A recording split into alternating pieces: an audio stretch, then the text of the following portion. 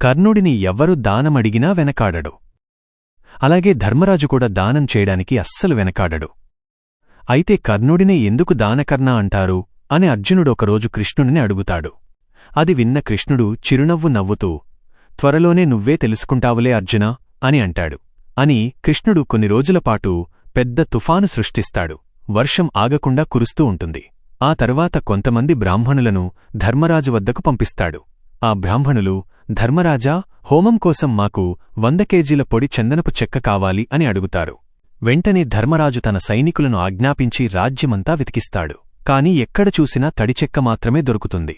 ధర్మరాజు బాధతో, ఇది నేను ఇవ్వలేను, ఇంకేమైనా అడగండి అని వినయంగా అంటాడు. అదే బ్రాహ్మణులు వెంటనే కర్ణుడి వద్దకు వెళ్లి, హోమం కోసం పొడి చందనపు చెక్క కావాలి అని అడుగుతారు.